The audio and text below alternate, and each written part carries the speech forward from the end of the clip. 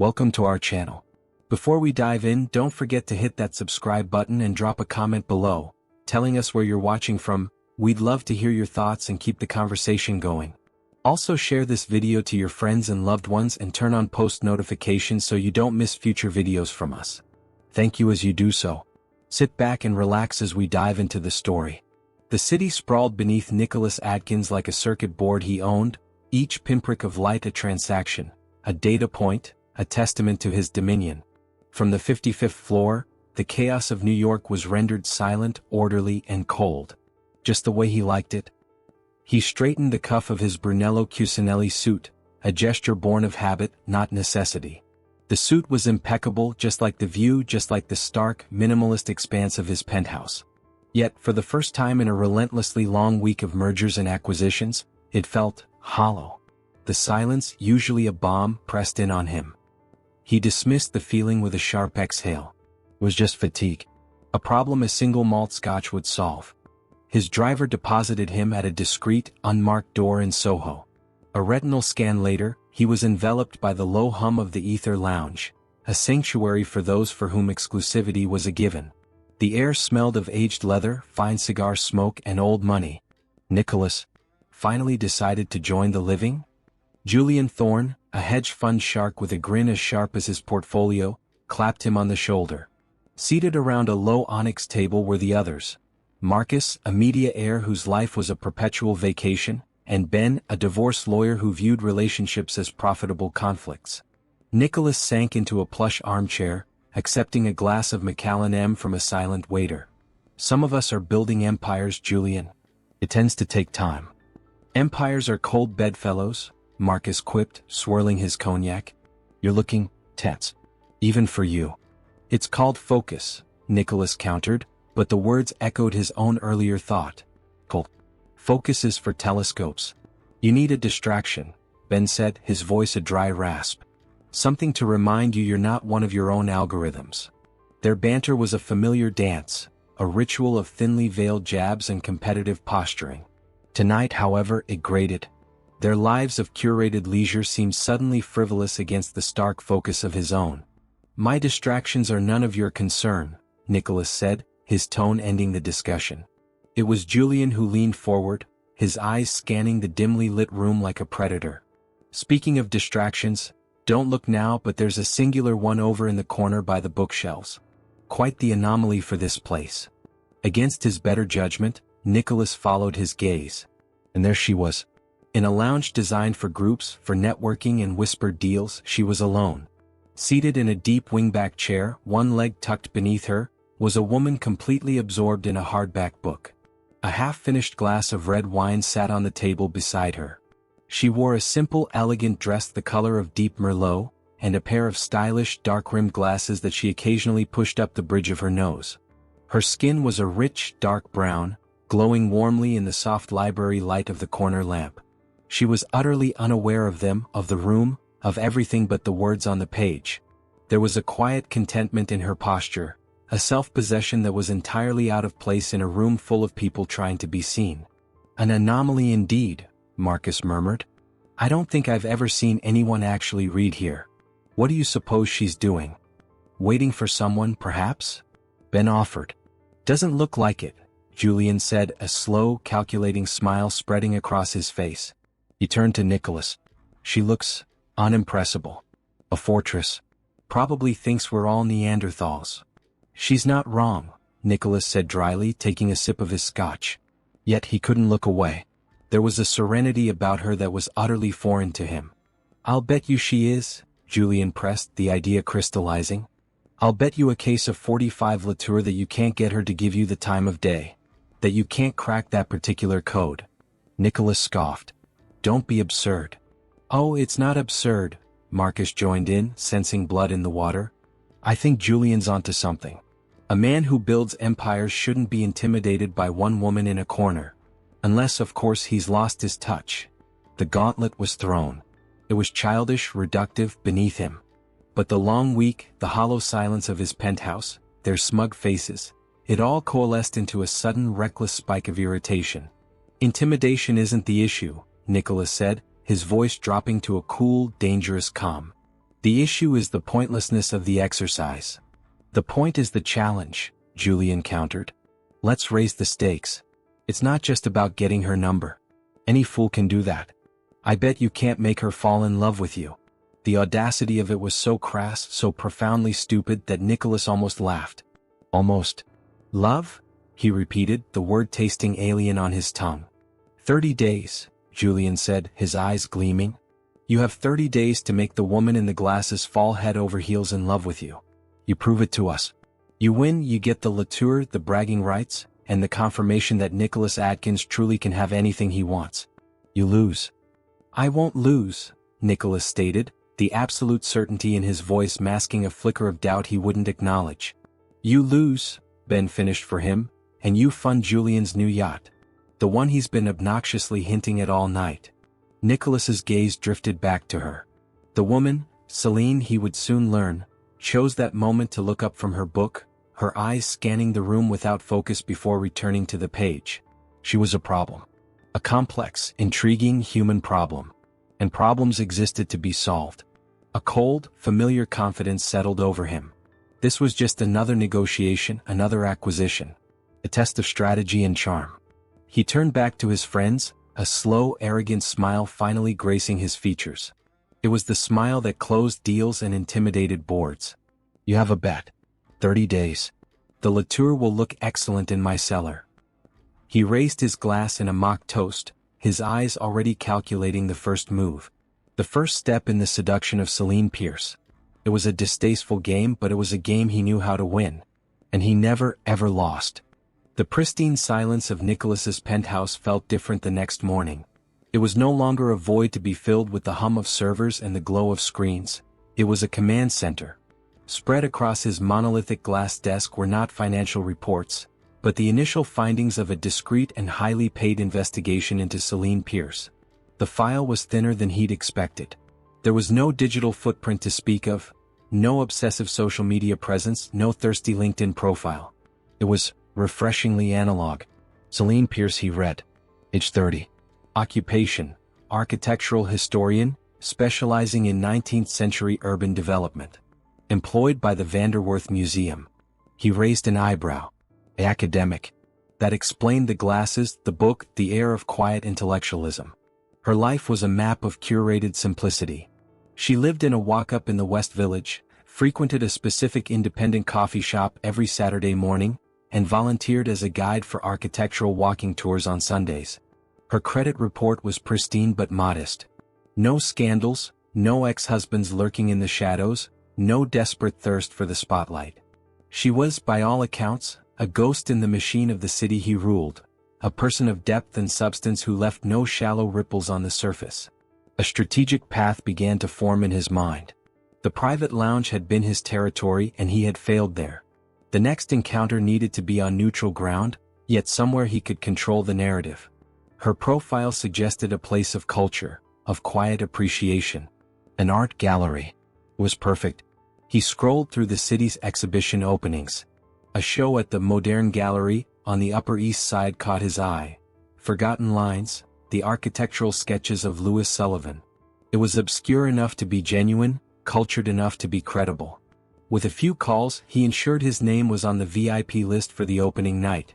A list Celine Pierce, given her profession, was almost certain to be on. 2 nights later, Nicholas stood amidst the white-walled gallery, a glass of champagne in his hand, looking entirely out of place. He was a man of sharp angles and modern excess, surrounded by the delicate, faded lines of a century-old past. He nodded at a few curators he knew, his eyes constantly scanning the crowd. And then he saw her. She was standing before a large sketch of an intricate cornice, her head tilted, one finger resting on her chin. She wore a simple black dress, her glasses perched on her nose, a small leather satchel slung across her body. She was not just looking, she was seeing, absorbing the lines and the history with an intensity that made everyone else in the room seem frivolous. This was the moment. The opening move. He approached slowly, not from the front, but from the side, stopping before the adjacent sketch. He feigned study for a moment before letting out a soft, deliberate sigh. "Remarkable, isn't it?" he said, his voice pitched low, meant for her alone. The confidence of the line. as if he knew the entire building was already contained within it. Celine turned, her expression one of mild surprise that quickly shifted to thoughtful consideration. She looked at the sketch, then back at him. Her eyes were a deep, intelligent brown, and they held his without a flicker of recognition or awe. "It's less about knowing and more about discovering," she replied, her voice calm and melodic. "The line is his search for the form. You can see him thinking on the paper." She pointed a slender finger. "See how it wavers here? He's questioning the load-bearing aesthetic." Nicolas was momentarily thrown. He'd expected a polite smile, perhaps an agreement. He had not expected to be gently corrected by someone who clearly knew far more than his hastily researched talking points. "Of course," he recovered smoothly. "The hesitation makes the certainty that follows all the more powerful. I'm Nicolas, by the way." He offered his hand. She shook it, her grip firm and brief. "Celine, you seem to know a great deal about it." "It's my field," she said, turning back to the sketch. "I'm an architectural historian. These are like seeing the first drafts of a famous novel. They're often more revealing than the finished work." "A historian," he said, injecting just the right amount of impressed curiosity into his tone. "That explains the keen eye. I'm in tech. We tend to focus on the future, sometimes at the expense of appreciating the foundations." It was a carefully crafted line, humble, self-deprecating, and designed to flatter her expertise. A small smile touched her lips. "The future needs a past to build on. Otherwise it's just building on sand, isn't it?" Another direct hit. Another statement that felt less like conversation and more like a quiet philosophy. The script was already fraying at the edges. They fell into step, moving slowly along the wall of sketches. He asked questions and she answered with a passion that was both captivating and unnerving. She spoke of Sullivan's philosophy, of the struggle between ornament and function, of the soul of a city etched in its skyline. Nicolas found himself listening, genuinely listening, not just waiting for his turn to speak. He learned she found most modern glass towers soulless and repetitive. She preferred the messy, lived-in history of the older boroughs. She hated pretension but loved a good, debate-provoking lecture. "This is a far cry from the Ether Lounge," he said, the words out before he could stop them. It was a risk, acknowledging the previous sighting. She glanced at him, that same mild surprise on her features. "You were there? I don't recall seeing you." The statement was a tiny, unexpected dagger to his ego. He, Nicolas Adkins, had been invisible. "I was with a party. You seemed engrossed in your book. I didn't want to disturb you." A half-truth wrapped in chivalry. "Ah. Well, it was a good book," she said simply, as if that explained everything. "And this is a good exhibition. Thank you for the conversation. It's nice to talk to someone who isn't just here for the free champagne." She began to move away, a clear, polite dismissal. Panic, a sensation he was entirely unaccustomed to, lanced through him. "The bet. The 30 days. She was slipping away. "Perhaps we could continue it?" he said, his voice slightly tighter than he intended. "Over coffee?" "I'd be fascinated to hear your thoughts on the new Gary building." Celine paused, turning back. She looked at him again, a long, appraising look that felt like it was scanning his code for bugs. It was the look she'd given the Sullivan sketch. "Coffee," she repeated as if testing the word. "I'm usually at the Inkwell on Bleecker Street on Saturday mornings. Around 10. They have a lecture on brownstone architecture this weekend. If you're genuinely interested, you're welcome to join." It wasn't a yes to a date. It was an invitation to an event, an open-ended test of his claimed interest. It was on her terms, in her world. "The Inkwell. Saturday at 10, he repeated, nodding. "I'll be there." She offered a final, small smile that didn't quite reach her eyes, and melted back into the gallery crowd. Nicolas stood alone before the skeletal lines of a forgotten building. The first engagement was over. He had secured a second meeting, a critical objective. He should have felt triumphant. Instead, he felt off balance. The strategy was working, but the opponent was unlike any he had ever faced. She wasn't resisting his charm. She seemed entirely unaware of it as a concept. The game, he realized with an unsettling jolt, was far more complex than he'd imagined. The Inkwell was everything Nicolas's world was not. It was small, warm, and smelled of roasted coffee, old paper, and citrus polish. Bookshelves bowed under the weight of well-loved volumes, and the low hum of conversation felt communal, not corporate. He felt conspicuously large and out of place in his tailored overcoat, a shark who had accidentally swum into a tranquil lagoon. He spotted her immediately. Celine was seated near the back at a small wooden table, a notebook open before her. She wore a comfortable-looking cream-colored sweater, her dark-rimmed glasses pushed up into her curls as she listened intently to an elderly man at the front of the room pointing to a projected image of an ornate limestone facade. Nicolas slid into an empty chair beside her just as the small audience burst into polite laughter at a dry architectural pun he didn't understand. Celine glanced over, her expression registering mild surprise that he'd actually come, followed by a quick, genuine smile that for the first time reached her eyes. She held a finger to her lips, gesturing for silence, and turned back to the lecture.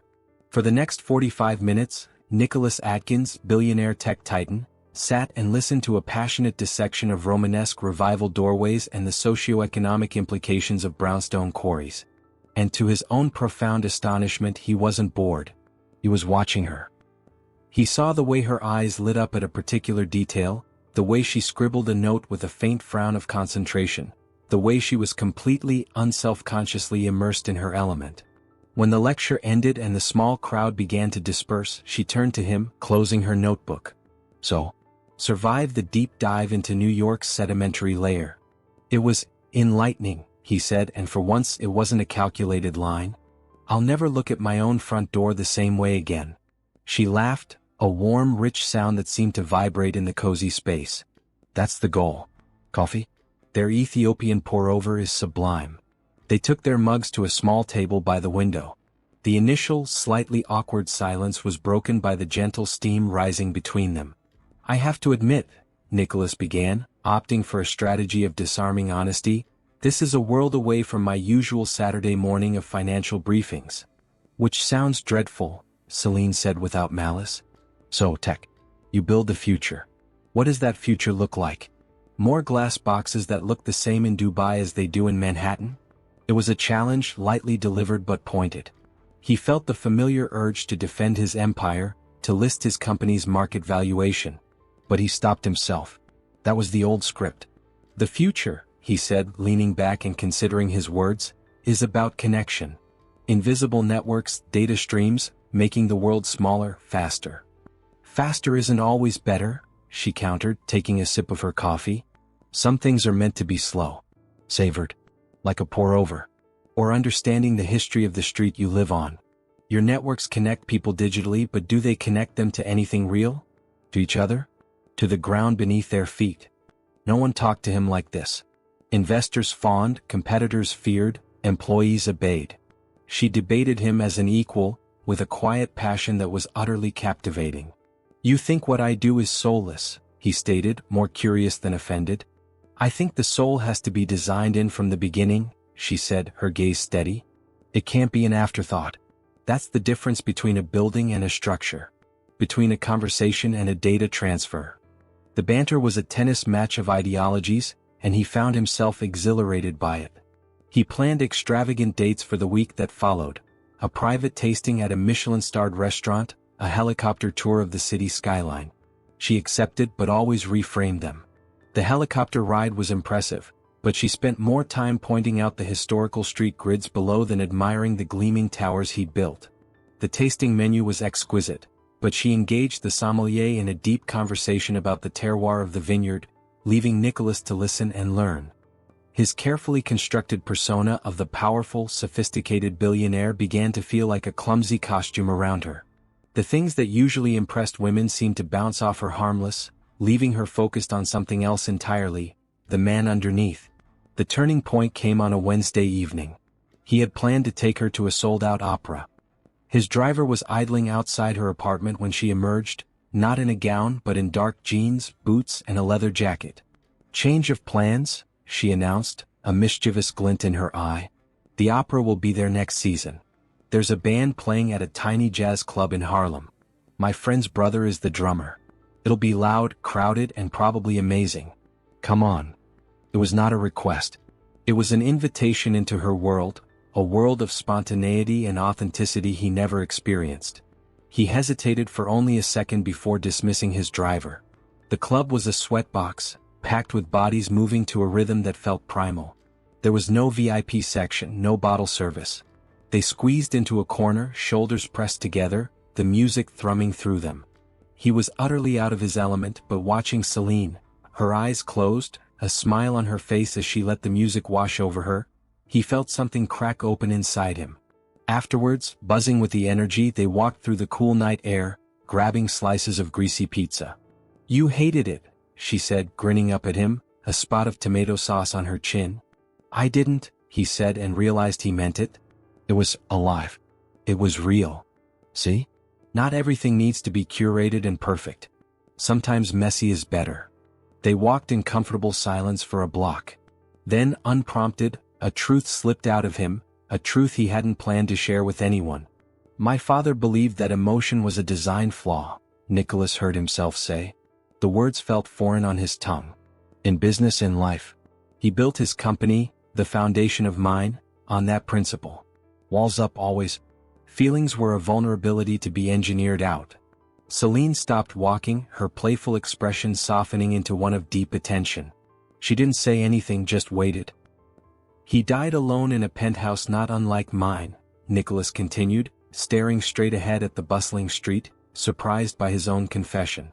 "Surrounded by schematics and stock reports. I promised myself I wouldn't make the same mistake. I thought building something bigger, more powerful would be the difference. But sometimes..." He trailed off, shocked at his own vulnerability. He had just handed her a blueprint to his core, the very vulnerability he was engineered to hide. Celine reached out, not touching him, but gesturing to the old, graffitied wall of a building next to them. "You see these bricks? They're cracked, faded. They've been tagged and weathered. But that's what gives them character. That's what tells their story. A perfect blank wall is just blank. It has nothing to say." She looked at him, her gaze seeing straight through the billionaire facade to the lonely boy who had built it. "Maybe the flaw isn't in having cracks, Nicolas. Maybe the flaw is in spending your whole life trying to plaster over them." In that moment, under the dim glow of a street lamp, surrounded by the messy, vibrant life of the city, the bet, the 30 days, his friends, it all receded into a distant, shameful hum. The performance was over. He wasn't seducing her anymore. He was being seen by her. And the terrifying, exhilarating truth was that he never wanted her to stop looking. The pristine, cold geometry of Nicolas's penthouse felt alien. He stood before the floor-to-ceiling windows, the glittering skyline a testament to his will, but it was a ghost now.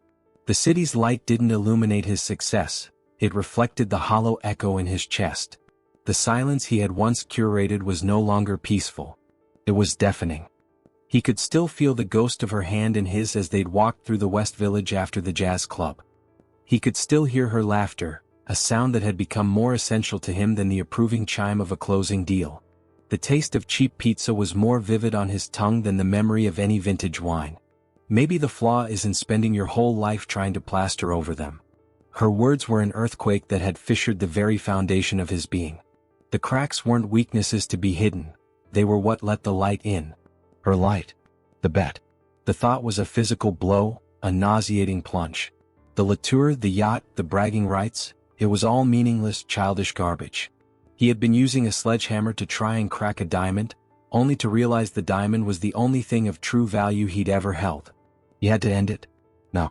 He snatched his phone off the glass table, his thumb hovering over Julian's number. He would call him, tell him the bet was off.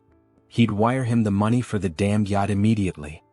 He'd confess everything to Celine, lay himself bare, and pray that the genuine connection they'd forged could survive the rotten way it had begun.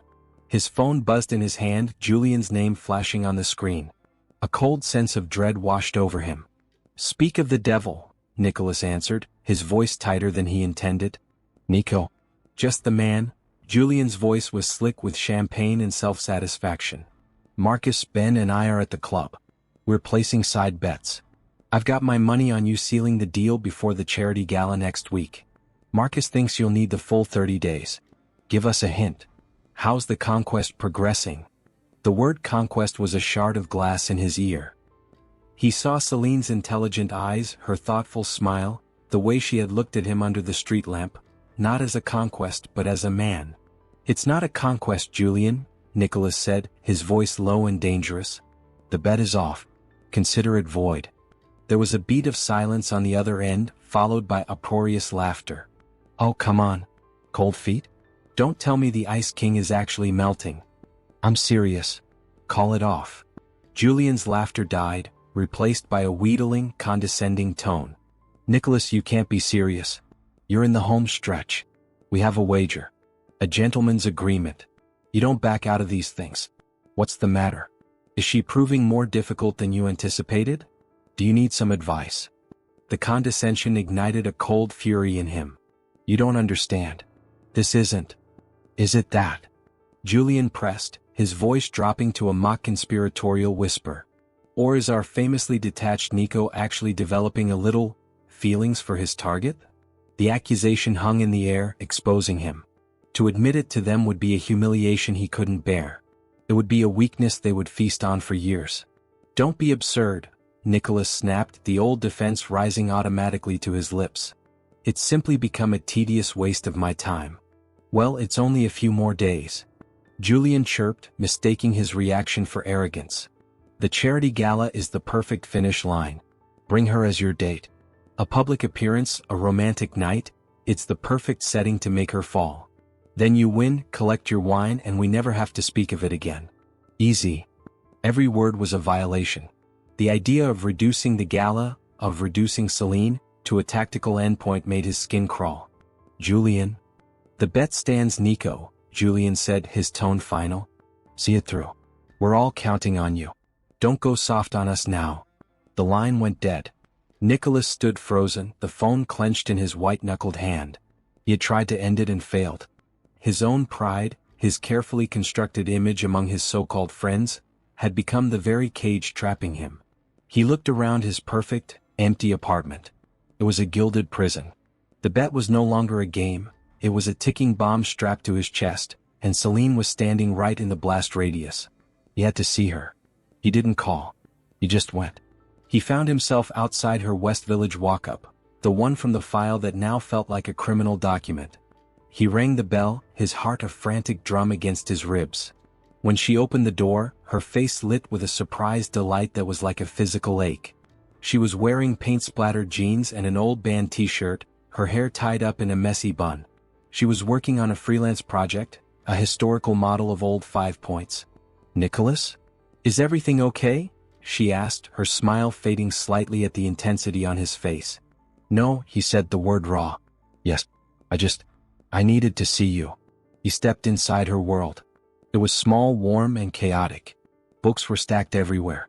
Blueprints were spread across a small desk. The air smelled of coffee, fresh wood, and her perfume. He didn't have a script. He had no strategy. He was utterly, terrifyingly authentic. For hours he helped her. He held tiny pieces of balsa wood as she glued them. He listened as she explained the history they were recreating. He told her about his early days, the struggle of his first startup, the failures he never admitted to anyone, stories that were true but carefully edited to omit the bet that now felt like a brand of shame.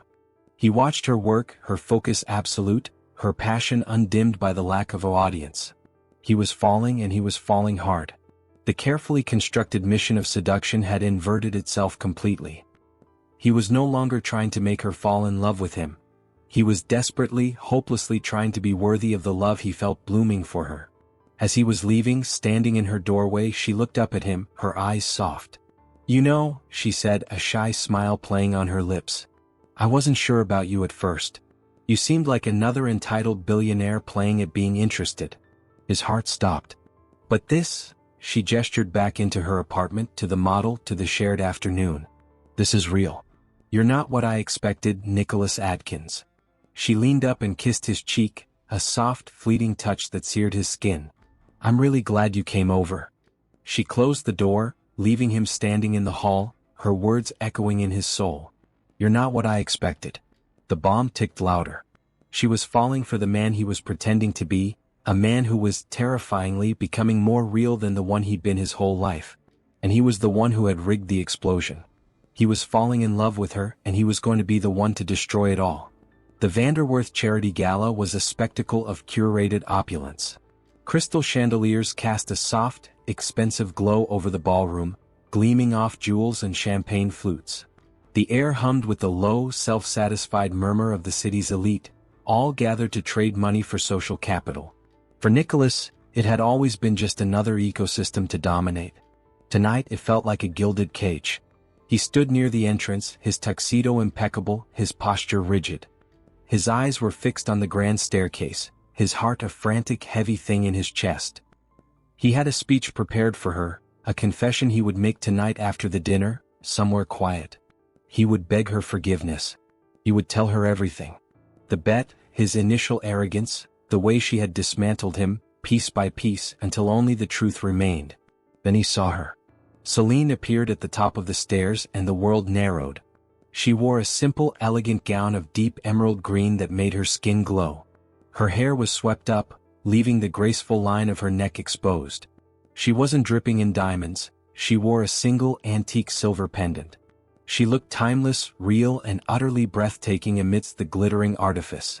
Her eyes scanned the crowd, found his, and her face lit with a nervous, genuine smile that struck him like a physical blow. She descended the stairs and he moved to meet her, every eye in the room following her. He could feel the weight of their gaze, the unspoken question. "Who is that with Adkins?" "You look," he began, his voice rough. All his practiced eloquence deserted him. "Stunning. You clean up pretty well yourself," she said, her eyes sparkling, taking his offered arm. "This is a lot."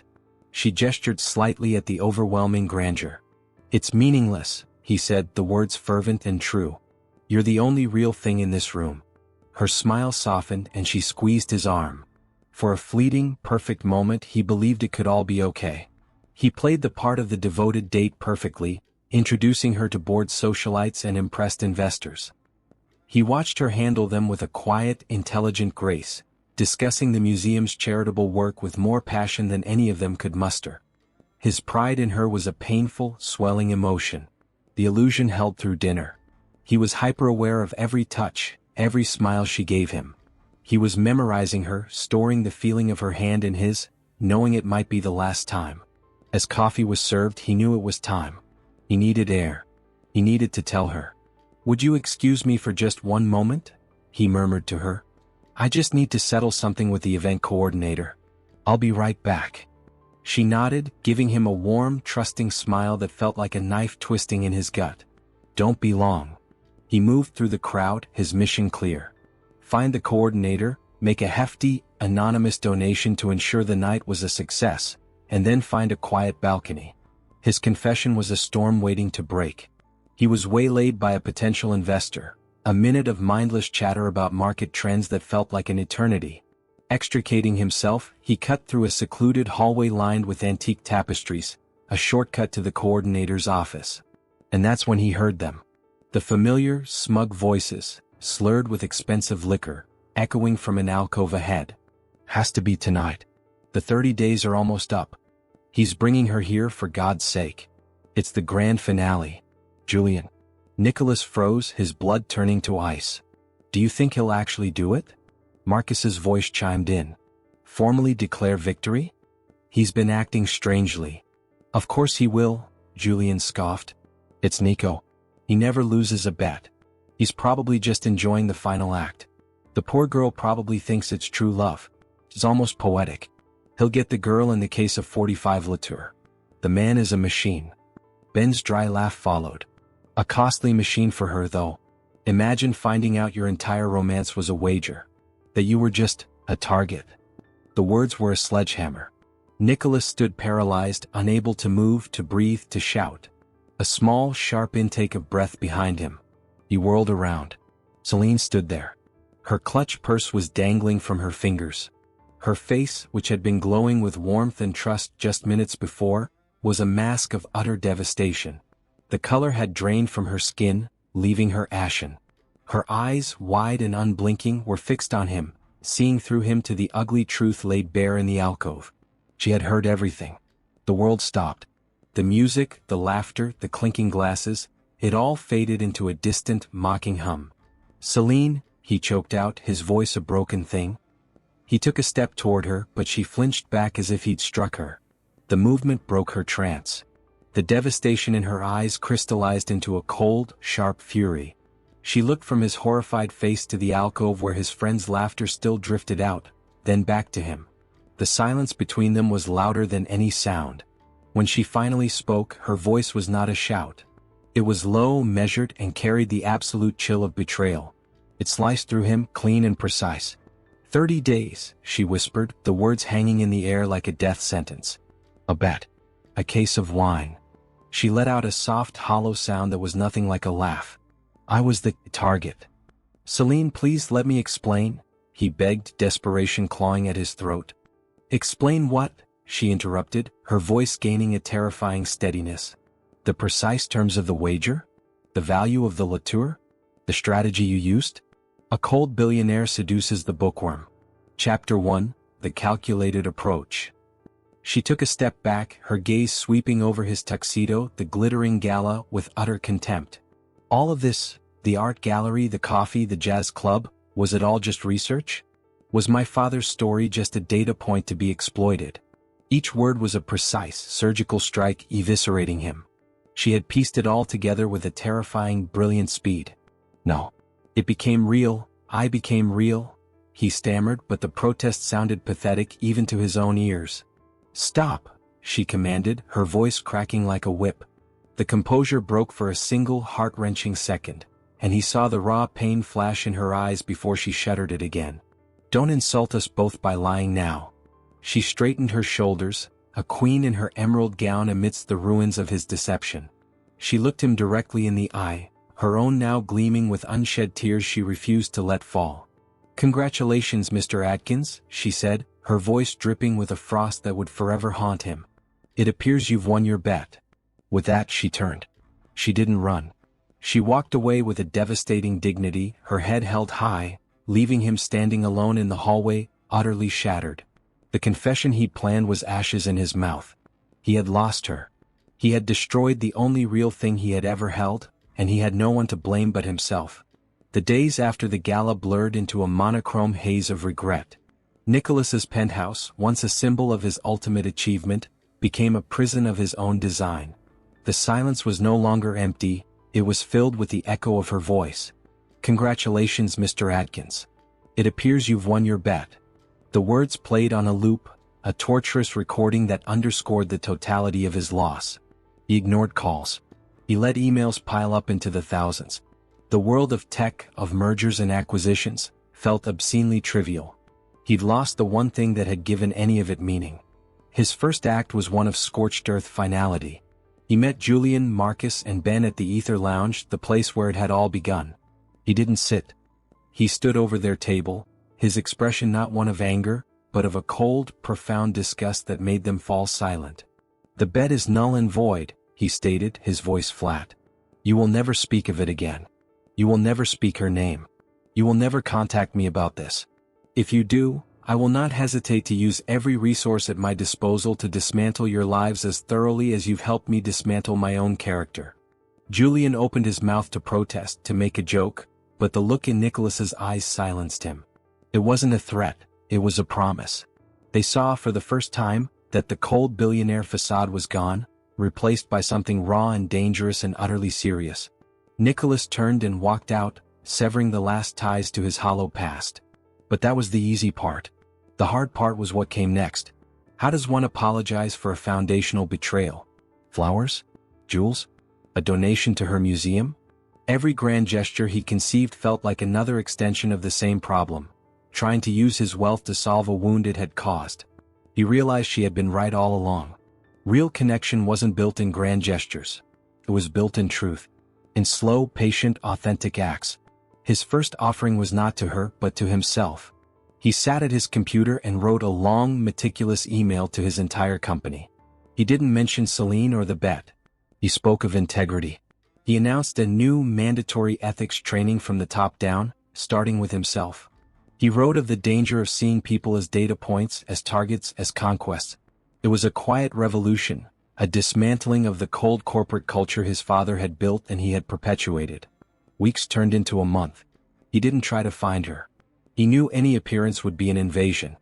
He simply tried every day to become a man who might someday be worthy of her, even if she never looked his way again. He found himself one Saturday morning, drawn by an impulse he didn't understand, standing outside the inkwell. He didn't go in. He just watched from across the street. And there she was. At the same table, her curls tucked behind her ear, focused on a book. His heart clenched so violently it was a physical pain. She looked peaceful. She had healed, moved on. The thought was both heartbreaking and a relief. He turned to leave her in her peace when he saw it. Taped in the cafe window was a small hand-drawn flyer for an upcoming lecture she was giving at the Vanderwerth Museum. The topic, The Unseen Foundations, Forgotten Architects of New York. It wasn't an invitation. It was a public event. A part of her world left open. It was the only door that hadn't been slammed shut. The day of the lecture he arrived early. He didn't sit in the back like a specter. He took a seat in the third row. He wore a simple sweater and jeans, feeling more exposed than he ever had in a boardroom. When she walked out onto the small stage, his breath caught. She was beautiful, composed, and intelligent. She began to speak, her voice clear and passionate as she showed slides of blueprints and old photographs. She never once looked at him. He listened, rapt. This was her element, her passion, laid bare for anyone who cared to understand. He was there not to interrupt, not to apologize, but to finally listen. The lecture ended to warm applause. As the crowd began to disperse, he remained seated. She was answering questions from a few attendees. Finally, the last one left and she was alone, gathering her notes. He stood and walked slowly to the front of the room. She looked up. The air left the room. Her expression didn't harden, nor did it soften. It was carefully, painfully neutral. She was waiting. The lecture was brilliant, he said, his voice quiet. The work on the Thompson Viaduct was especially fascinating. I never knew the history. A flicker of surprise in her eyes. That he had listened. That was his opening line. Thank you, she said, her tone polite, distant. Celine, he began, and her name on his lips felt like a prayer. I am not here to ask for your forgiveness. I don't deserve it. I am here to apologize. Fully and without excuse. He kept his hands at his sides, offering her nothing but his words. What I did was cruel, arrogant, and profoundly wrong. You were never a bet. You were the most real and authentic person I have ever met. I started a game and you dismantled me. You showed me what it was to feel something genuine. And by the time I realized it, I was in so deep that the truth felt like it would destroy the only good thing I had ever found. He took a shaky breath, laying his vulnerability bare before her, with no strategy, no defense. I ended the bet that night. After you left, I ended my friendships with those men. They are out of my life for good. I've spent every day since then trying to become a man who would never even conceive of such a disgusting wager. I can't undo what I did. All I can do is tell you that the man who made that bet is gone. You broke him. And I will be forever grateful that you did. He finally fell silent. He had nothing else. He had given her every truth he possessed. Celine studied him for a long, agonizing moment. Her gaze traveled over his face, looking for the lie, the calculation, the performance. She saw only raw, unvarnished truth. The man who made that bet, she said slowly, was a cold, lonely boy trying to impress his friends. Nicholas nodded, unable to speak. The man who helped me build a model of 5 points, she continued, her voice softening almost imperceptibly, who listened to jazz in a sweaty club and actually heard it, who told me about his father. That man felt real. He was, Nicholas whispered. He is. He was just buried under a lifetime of thinking he had to be someone else to be strong. Another silence stretched between them, but the terrible tension had eased. The neutrality in her eyes had been replaced by a deep, thoughtful sadness. I believed him, she said quietly. That's what hurt the most. I believed that man was real. He is, Nicholas repeated, his heart in his throat. And he is desperately, irrevocably in love with you. Not as part of a bet. Not as a conquest. But as a man who finally found his way home and then, through his own stupidity, burned the map.